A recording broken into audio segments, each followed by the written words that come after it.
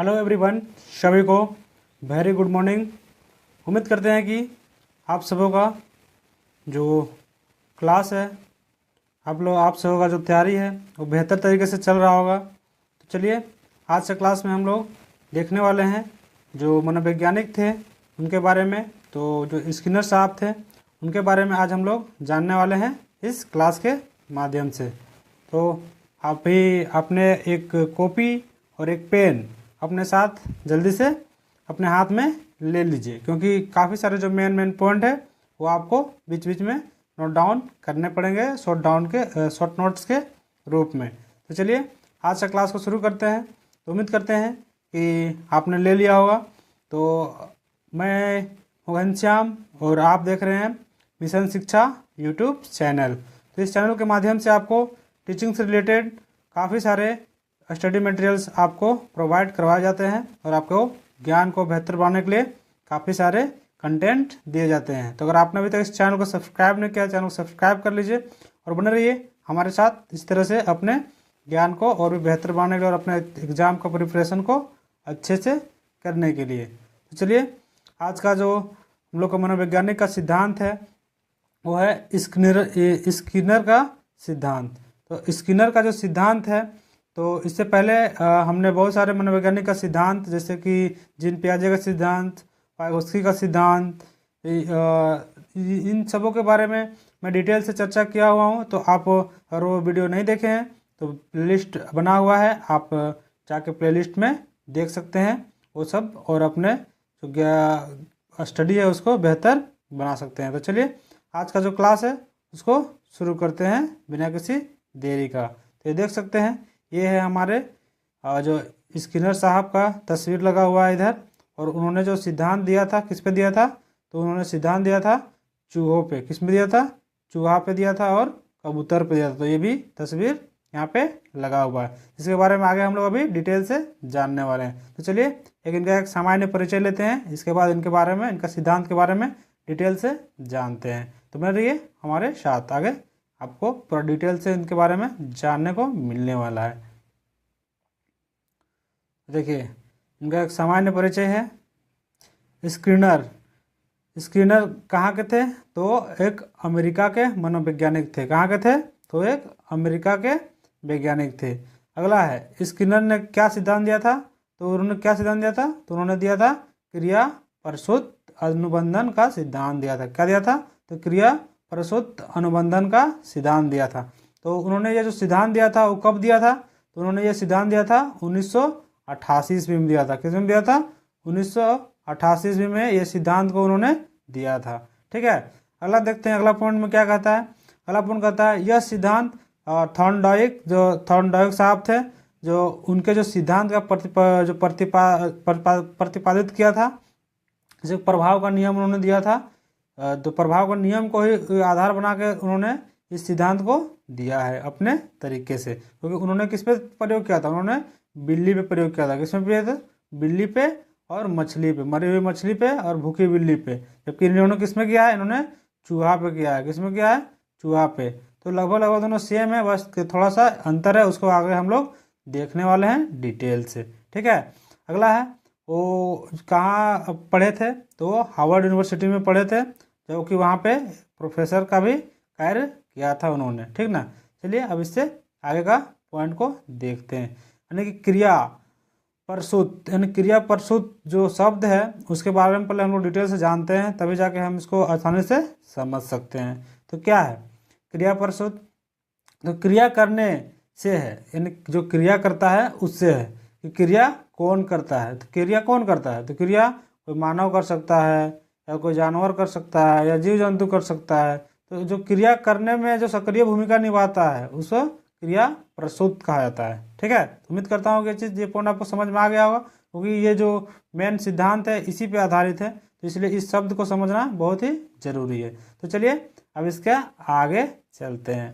तो देख सकते हैं स्किनर का सिद्धांत जो है, स्किनर का सिद्धांत उनको अन्य क्या क्या नाम से जाना जाता है। जो इनका जो सिद्धांत है उस सिद्धांत का जो उपनाम है वो क्या क्या है, तो इसके बारे में सबसे पहले हम लोग जान लेते हैं। तो उनका जो सिद्धांत है उसको हम लोग क्या कहते हैं? RS थ्योरी के नाम से जानते हैं। किसको कहते हैं? RS थ्योरी के नाम से जानते हैं। अगला नाम क्या जानते हैं? तो क्रियात्मक प्रतिबंधन का सिद्धांत। और भी उपनाम क्या है और स्किनर का सिद्धांत का? तो है क्रियात्मक प्रतिबंधन का सिद्धांत है। अगला देखते हैं अगला पॉइंट क्या कहता है, अगला क्या नाम है और भी। तो अगला और नाम है संक्रिय अनुबंधन का सिद्धांत। क्या है? संक्रिय अनुबंधन का सिद्धांत। ठीक है। नेक्स्ट पॉइंट क्या कहता है? नेक्स्ट और भी क्या नाम से जाना जाता है? तो अभिकर्मित अनुदेशन का सिद्धांत। क्या कहा जाता है? अभिकर्मित अनुदेशन का सिद्धांत। नेक्स्ट क्या कहा जाता है और भी उपनाम से? तो नैमित्तिक अनुबंधन का सिद्धांत। तो वो जो सिद्धांत दिए रहते हैं बहुत सारे मनोवैज्ञानिक, उनको और भी अलग अलग नामों से जाना जाता है। तो ये है स्किनर का सिद्धांत, जिसका काफ़ी सारा उपनाम है, जिसको भी आपको अपने संज्ञान में रखना हो, क्योंकि इससे भी आपको काफ़ी सारे क्वेश्चन पूछे जाते हैं। जैसे कि देखिए अभी पूछेगा कि अभिकर्मित अनुदेशन का सिद्धांत किसने दिया? तो अभिकर्मित अनुदेशन का सिद्धांत किसने दिया है? तो स्किनर साहब ने दिया है। किसने दिया है? स्किनर साहब ने दिया है।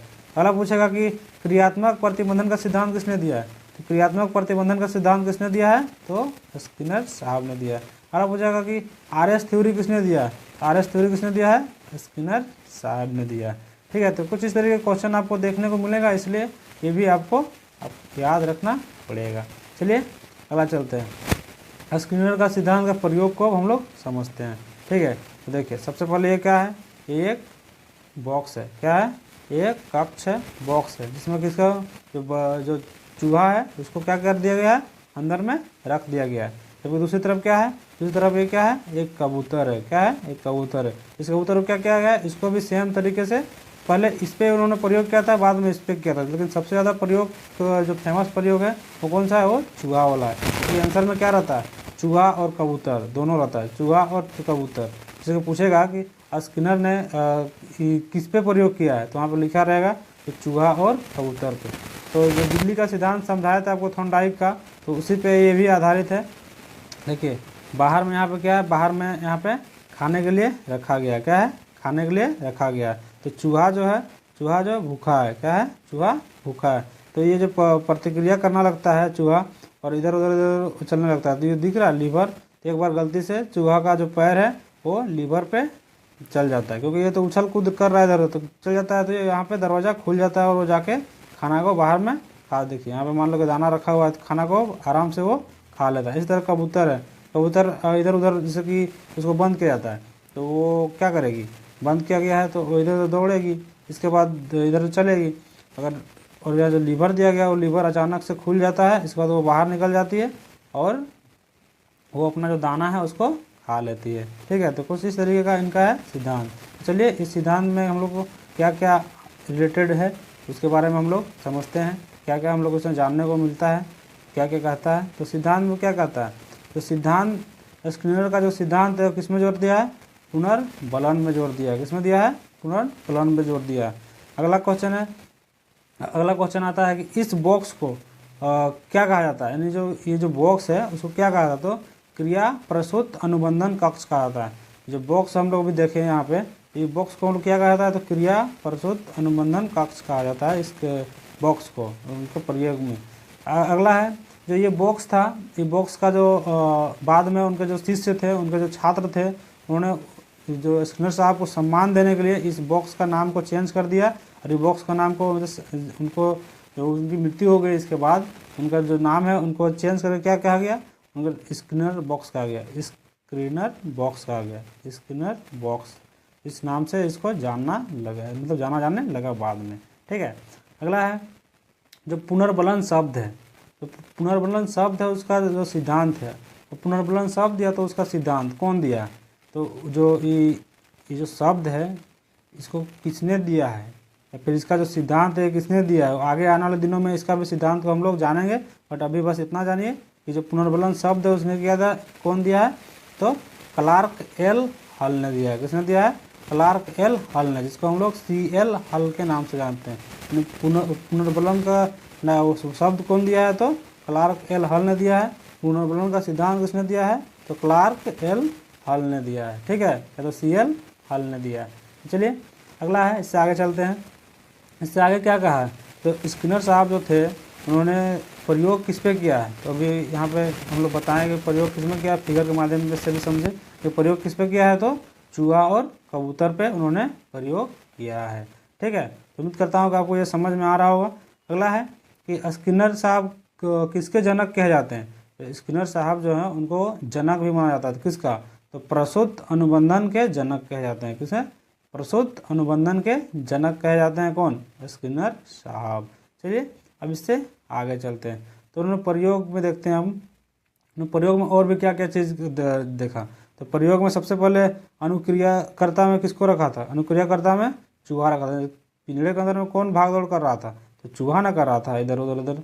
ठीक है, और पुनर्बलन किस पे है, तो पुनर्बलन जोर किस पे दिया, तो जोर दिया भोजन पे। किस पे दिया, भोजन पे। जबकि थॉर्नडाइक साहब में क्या था, थॉर्नडाइक साहब में जोर किस पे दिया था, जोर दिया था बिल्ली पे। किस पे दिया था, बिल्ली पे। बॉक्स के अंदर पे जो बिल्ली रखी गई थी उस पर जोर दिया था। जबकि जो स्किनर साहब उसमें जोर किसने दिया है। बस हम यहाँ पे यही चीज़ अंतर है कि जो स्किनर साहब है उसने पुनर्बलन पे वो जोर दिया, यानी भोजन पे जोर दिया था। जबकि जो थॉर्नडाइक साहब थे उसमें किस में जोर दिया था, तो उन्होंने जो अनुक्रियाकर्ता पे जोर दिया था। जबकि वो कौन था, वो बिल्ली थी, भूखी बिल्ली थी। तो ठीक है, तो यही दो मेन अंतर है इसमें स्किनर साहब में और थॉर्नडाइक साहब में। ठीक है, आगे चलते हैं। तो पुनर्बलन पे अगर जोर दिया है यहाँ पे, तो पुनर्बलन को थोड़ा हम लोग अच्छा से समझेंगे तब तो समझ में आएगा। तो पुनर्बलन पे जोर दिया, तो पुनर्बलन कहने का मतलब है क्या है, तो पुनर्बलन हो सकता है कि सकारात्मक पुनर्बलन हो सकता है और नकारात्मक पुनर्बलन हो सकता है। अभी सकारात्मक और नकारात्मक कैसे हो सकता है, जैसे कि अगर हम कोई भी काम को कर रहे हैं, तो अगर हम उसमें उस काम को मतलब कोई बच्चा अगर स्कूल में अच्छा से पढ़ाई कर रहा है, अगर पढ़ाई कर रहा है, अगर उसको अच्छा चीज़ सीखने को मिल रहा है, तो उसको शिक्षक जो है थोड़ा सा कुछ प्रोत्साहित कर देता है, कुछ अच्छे बात बोल देता है, तो वो प्रशंसा कर देता है, तो बच्चा और भी अच्छे गति से और भी अच्छी तरीके से और जो अपना पढ़ाई है उसको करना शुरू कर देगा। ठीक है, और वही चीज़ है अगर हम लोग का जो मॉक टेस्ट है, जो मॉक टेस्ट है, यानी हम लोग अभी सीटेट का तैयारी कर रहे हैं या फिर केवीएस का तैयारी कर रहे हैं, तो और भी अन्य एग्जाम का तैयारी कर रहे हैं। तो अगर हम तैयारी कर रहे हैं और अगर तैयारी के दौरान हम जो मॉक टेस्ट लगाते हैं या फिर प्रीवियस ईयर का क्वेश्चन लगाते हैं, ठीक है, अगर हमें उसमें अच्छा अंक आने लगता है धीरे धीरे करके, तो अगर अच्छा अंक आए तो क्या है, सकारात्मक पुनर्बलन है। तो उसमें होगा क्या कि हम लोग को जो नौकरी पाने की संभावना है वो बहुत ही नज़दीक हम लोग उसका होते जाएंगे, जिससे हम लोग को क्या हो जाएगा, जो अंदर से उत्साह बढ़ेगा और हम लोग को और भी उस कार्य को करने में सक्षम हो जाएंगे। ठीक है, तो ये चीज़ के बारे में यहाँ कहा गया है। अगला है नकारात्मक। तो नकारात्मक क्या है, अगर हम कुछ चीज़ को कर रहे हैं और हमको निराशा हाथ लग रही है। अब मान लीजिए कि कोई बच्चा स्कूल में पढ़ रहा है, बच्चा जैसे कि है, और मान लीजिए कोई टीचर है, उसको कोई गलती किया, उसमें उसको डांट लगा दिया, या तो कोई चीज़ को बनाने के लिए दिए थे शिक्षक, वो चीज़ को नहीं कर पाया तो शिक्षक डांट लगा दिया, तो क्या वो जो बच्चा पे नकारात्मक प्रभाव पड़ेगा ना, तो बच्चा जो है आगे से उस कार्य को वो करने में लगभग नकारात्मक सोच रखेगा और नकारात्मक क्षमता रखेगा, क्योंकि वो एक बार उसको डांट मिल चुका है। अगर हम मान लीजिए कि गाड़ी सीख रहे हैं, तो अगर हमको गाड़ी से गिर गए और हमको चोट लग गया, तो मेरे को अंदर में डर बैठ गया ना। तो ये चीज़ है, तो यहाँ पे इस चीज़ को हम कैसे इसमें रिलेट कर सकते हैं। तो ये जो चूहा था, चूहा अगर पिंजरे के अंदर में भागदौड़ कर रहा था, तो अगर भागदौड़ के दौरान अगर वो जो लीवर है उसमें उसका पैर जाता है, उसको चोट लगता है, तो वो और उस चीज़ को टच करना तो नहीं चाहेगा, क्योंकि उसको ठीक है, जानता है अगर खुल गया एक बार में, लेकिन अगर गलती से खुल जाता है तो घूमते घूमते टच होता है और उसको चोट लग जाता है, वो दोबारा उस चीज़ को नहीं छूने जाएगा। इसी चीज़ को यहाँ पर बोला गया है, दंड की भावना से देखा गया है। तो बच्चों में कैसे दंड होगा, तो स्कूल में डांट फटकार या तो बच्चों को प्रतिहीन भावना, ये सब क्या होता है, दंड का कारण बन सकता है। तो चलिए अब इसको हम लोग थोड़ा सा डिटेल से जानते हैं। जो यहाँ पे हम लोग को पॉइंट लिखा हुआ है उसको, तो क्या लिखा हुआ है, सकारात्मक पुनर्बलन। सकारात्मक पुनर्बलन किसको कहते हैं, इसमें यदि किसी प्राणी को सकारात्मक पुनर्बलन दिया जाए तो प्राणी क्रिया को दोहराता है।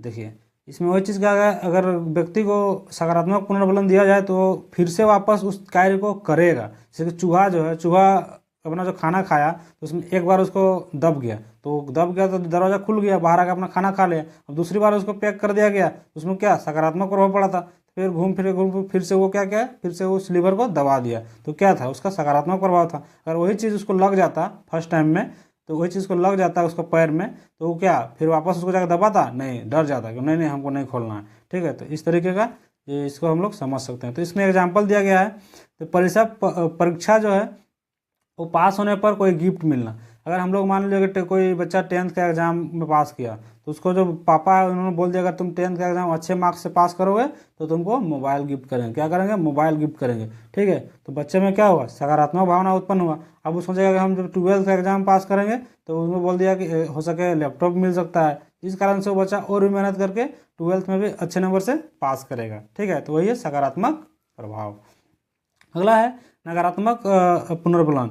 तो नकारात्मक पुनर्बलन का कहने का मतलब है इसमें प्राणी को नकारात्मक पुनर्बलन दिया जाता है, तो प्राणी क्रिया को नहीं दोहराता है। सॉरी, तो इसमें जो है अगर बच्चा वही चूहा वाला एग्जांपल लेते हैं, तो चूहा है, तो चूहा को अगर उस लीवर में चोट लगता है पिंजरे के अंदर में, तो कक्ष के अंदर में, तो वो चीज़ को दोबारा नहीं दोहराएगा। अगर हमको परीक्षा में मॉक टेस्ट में लगाने में अगर नंबर नहीं आ रहा, अगर मान लो मेरा 150 नंबर का है, 150 नंबर में मेरा 30 नंबर आ रहा है, 40 नंबर आ रहा है, तो बच्चा को क्या उसमें मन लगेगा? तो दोबारा करने में नहीं आएगा। जबकि यही चीज़ को अगर मान लो पास मार्क्स 90 है और बच्चा का 80 नंबर आ रहा है, 75 नंबर आ रहा है, 85 नंबर आ रहा है, तो बच्चा या तो 90 नंबर आ रहा है, तो बच्चा क्या चाहेगा कि मैं इसको और दोहराऊंगा और मैं उसमें बेहतर करूंगा।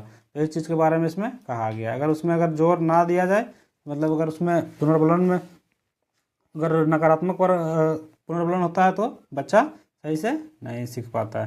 तो चलिए जो इसका जो की पॉइंट है, की पॉइंट करने का मतलब मेरा जो पढ़ाने का तरीका है इससे ये रहता है कि इससे कैसे कैसे क्वेश्चन पूछे जाते हैं।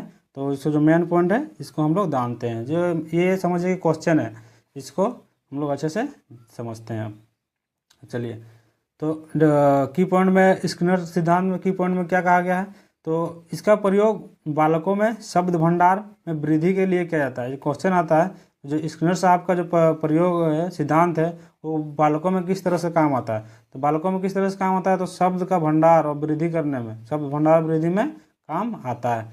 अगला है संतोष क्रिया पर बल देता है। यानी संतोष क्रिया हुई तो बोले अगर हमको कुछ काम करेंगे, मॉक टेस्ट लगाएंगे और मेरा 90 नंबर आएगा तो 80 नंबर आएगा, तो वो क्या है? संतोषजनक है। तो उसमें हम और भी अच्छे तरीके से उस काम को करेंगे, सफलता की ओर, हम अपने लक्ष्य की ओर जा रहे हैं, इस कारण से हम उसमें जोर देंगे, उसमें और भी अच्छे से करेंगे, उस कार्य को दोहराएंगे।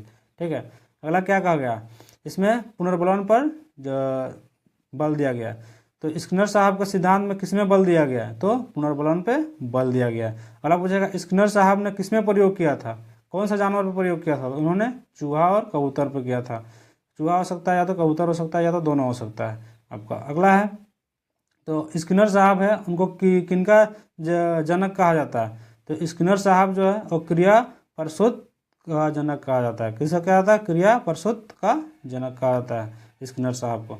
अगला है, जो स्किनर साहब है उन्होंने जो पुनर्बलन है उसको कितने वर्गों में विभाजित किया है? तो स्किनर साहब है, उन्होंने पुनर्बलन को 2 वर्गों में विभाजित किया है। तो जो पुनर्बलन है उसको 2 वर्गों में किसे क्या क्या विभाजित किया है उसको देखते हैं। देखिए, स्किनर साहब जो है उन्होंने पुनर्बलन को 2 वर्गों में कैसे विभाजित किया है? तो एक सतत पुनर्बलन और एक आंशिक पुनर्बलन। सतत पुनर्बलन मतलब अगर एक बार उसको अगर जब मोटिवेट हो गया बच्चा तो उस चीज़ को वो करते रहेगा, और जबकि वो एक बार डिमोटिवेट हो गया तो वो जो नकारात्मक और सकारात्मक वाला दिए थे ना, वही चीज़ इसमें है। तो एक नकारात्मक है और एक सकारात्मक है। ठीक है, तो यही चीज़ है आज का जो टॉपिक है, इसमें ये चीज़ हम लोग को जानने को मिला। तो उम्मीद करते हैं कि आपको जो क्लास है वो अच्छी तरीके से समझ में आ चुका होगा। तो चलिए आज के इस क्लास को यहीं पे रखते हैं, और उम्मीद करते हैं कि आपने और भी जो थ्योरी है उसको अगर आपने अभी तक नहीं देखा है तो प्लेलिस्ट में जाके उसको देख सकते हैं, और अपने जो शिक्षा तैयारी है उसको बेहतर बना सकते हैं। तो मैं हूं घनश्याम, और आज का इस क्लास में आप सभी को उससे विदा लेता हूं। तो चलिए आज के लिए बस इतना ही, मिलते हैं नए फ्रेश वीडियो के साथ। तभी के लिए बाय बाय, जय हिंद, वंदे मातरम।